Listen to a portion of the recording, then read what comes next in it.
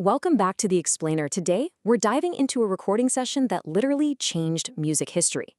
Picture this, all right? It's early 1956. The atmosphere in the studio is thick with this palpable, almost suffocating anxiety. It feels way less like your standard music session and, honestly, more like the tense opening of a suspenseful radio drama. RCA Records had just bought a young singer's contract from Sun Records for $35,000. Now, back then, that was an astronomical sum. The pressure from executives? Immense. They absolutely needed a massive hit to justify the gamble. But what they got instead was this bizarre, dark, brooding track that completely bent the rules of audio engineering and just catapulted rock and roll into the mainstream. Let's look at how it all came together. I walk a lonely street. Man, what a line. It's actually a chilling one-line suicide note left by an unidentified man, and it totally sparked the dark atmosphere of our story today. So this man tragically ends his life, right? But he takes these extreme measures, cutting the labels off his clothing, destroying every single document that could identify him, absolute literal desolation. The only thing he leaves behind is a note with that single haunting sentence. Well, songwriters Tommy Durden and My Born in Axton read this exact newspaper account, and it planted a powerful seed. Axton reasoned, everyone, no matter how isolated they feel, has someone who cares. And when those people find out about this death, they're going to be brokenhearted. So she envisioned taking that literal desolation and turning it into this universal anthem for the brokenhearted. Her idea? Placing a heartbreak hotel right at the end of that lonely street. Section 1, The Lonely Street. From headline to hotel room. Now, as we all know, a song is really just ink on a page until it finds the right voice.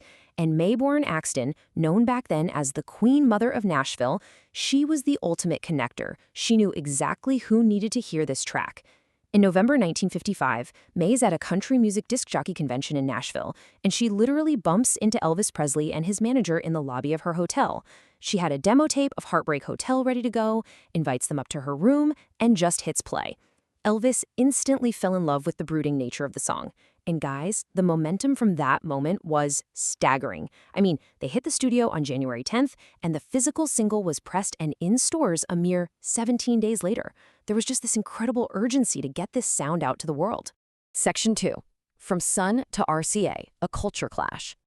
Putting on our music historian hats for a second, we really have to look at the massive shift Elvis was experiencing in his day-to-day workflow.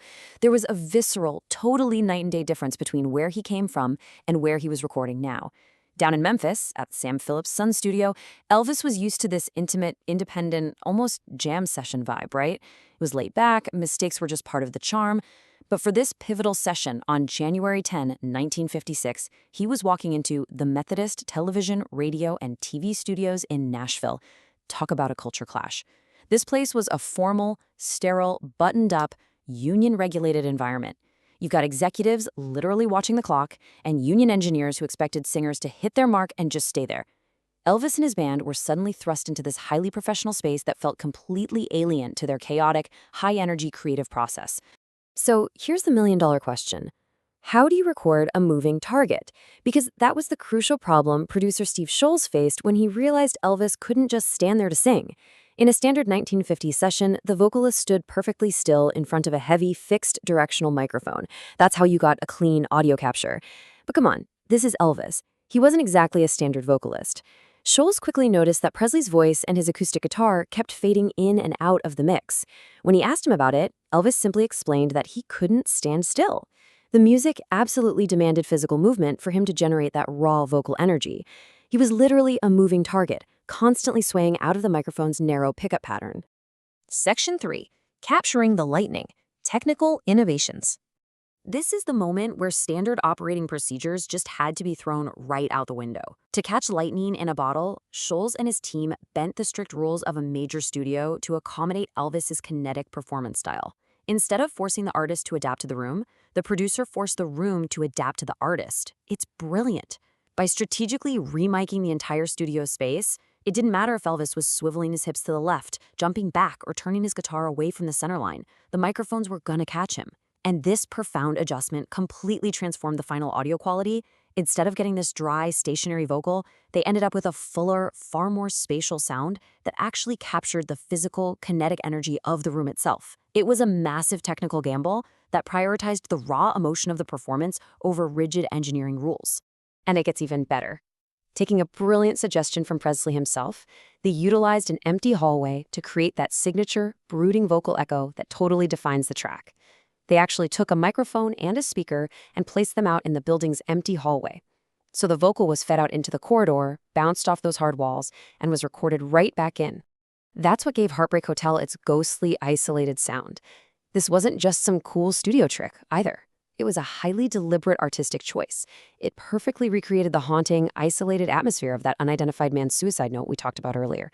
They literally utilized physical studio space to make the record sound viscerally lonely. Section 4, Anatomy of an Anthem, a musicological breakdown. Let's evaluate this groundbreaking rhythm section from a professional musicologist perspective for a minute, because an iconic hit is rarely just about the singer, right? It's about the entire ensemble. Every single part of this track is absolutely integral. Step 1, it kicks off with Presley's stark, naked opening vocal, immediately setting that grim tone. Then, step 2, Bill Black drops in with this heavy, descending, plodding bass line that literally pulls the listener down into the melancholy mood. Step 3, we get a drifting piano adding to that thick atmosphere.